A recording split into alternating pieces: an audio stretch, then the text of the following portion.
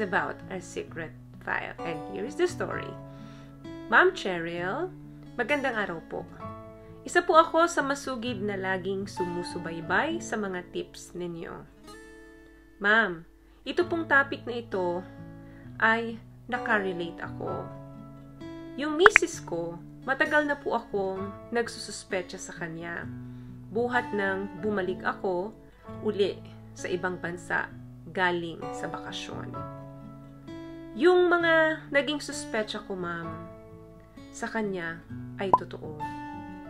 Kasi napaamin ko siya at sinabi niya sa akin na nakagawa siya ng malaking kasalanan at yun, nakipagtalik siya sa lalaking nakarelasyon niya.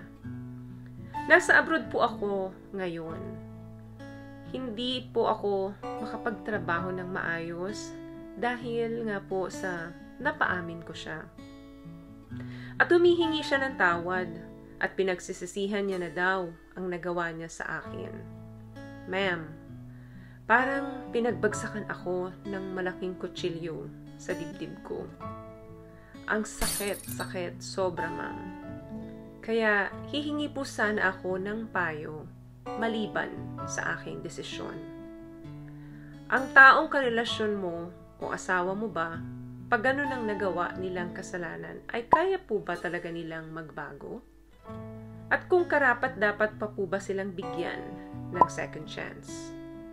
Na ang isyong nagawa na kasalanan ay ng lalaki siya, kahit may asawa siyang legal.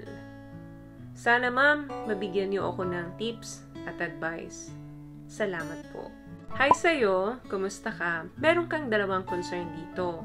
Ang number 1 is gusto mong malaman kung kaya pa bang magbago ng isang tao, lalo na kung ang issue nito ay may third party o ng lalaki or ng babae yung isang tao, no? Pangalawa, deserve ba ng tao na bigyan siya ng second chance? Alam nyo guys, pagka niloloko tayo ng taong mahal natin, especially yung asawa natin, para tayong namatayan yan. Ganun kasakit mo maikukumpare yung sakit na nararamdaman mo ngayon. Dahilan kung bakit halos hindi ka na makapagtrabaho ng maayos, hindi ka na rin siguro nakakatulog ng sapat ngayon. Dahil sa kaiisip kung bakit niya nagawa ito sa'yo. Okay, bago ako magbigay ng advice sa'yo, meron akong gustong ibalik na tanong sa'yo.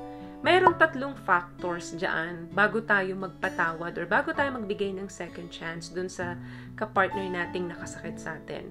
Number 1 is, kaya mo ba siyang patawarin? Very important tong question na to na masagot mo ng taos sa puso mo. Dahil kung hindi ka willing na patawarin siya, endless po ang mga drama at conflicts sa relasyon nyo. Lagi mo kasing titingnan yung pagkakamali niya, kaya matutraumatize yung relasyon nyo. Dahil yung i-hold mo, yung mga grudges mo dun sa mga mistakes na nagawa niya sa'yo, walang patutunguhang mabuti ito. Kung hindi mo na siya kayang patawarin at kung sa tingin mo, yung mistake niya is big enough para i-end yung relationship nyo, I suggest, huwag mo na siyang bigyan ng second chance. Don't get back together. Kung bibigyan mo naman siya ng second chance, make sure nakakalimutan mo lahat ng ginawa niya. Kailangan mag-start kayo ng clean slate without any grudges. Yung mga baggage, kailangan yung kalimutan and start all over again. Number 2 dyan na kailangan mong i-consider is,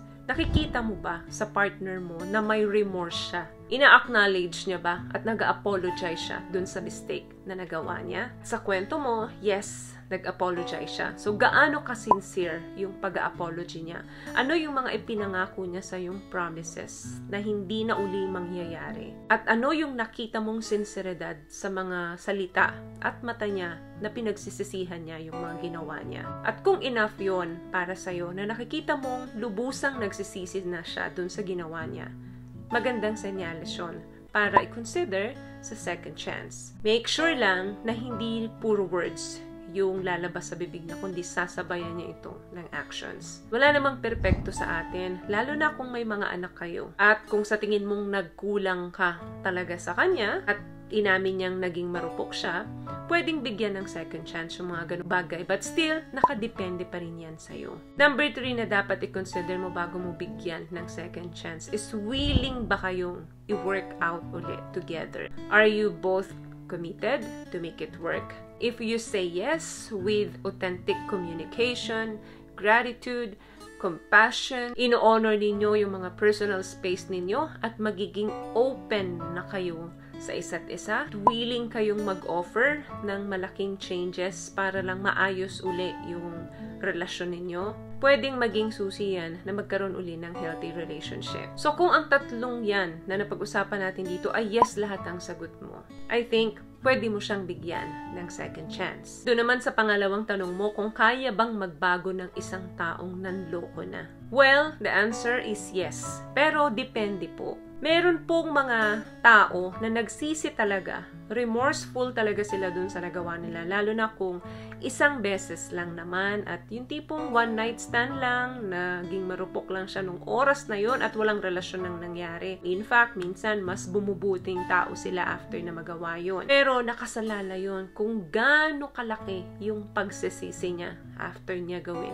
sa inyo yon. But still, kayo pa rin po ang masusunod at magdedesisyon sa huli. Kahit na anong problema or pagsubok ang dumating sa relasyon ng mag-asawa or magkarelasyon, hindi po cheating ang solusyon. Cheating ay isang malaking pagkakamali. Wag nyo siyang papipiliin na kung sino ang pipiliin niya, ikaw ba or yung kalaguyo niya. Dahil ito ay isang pribilehiyo para sa kanila na kung sino na ang nanakit, siya pa ang may opportunity na mamili kung sino sa inyo. Cheating is a choice, not a mistake.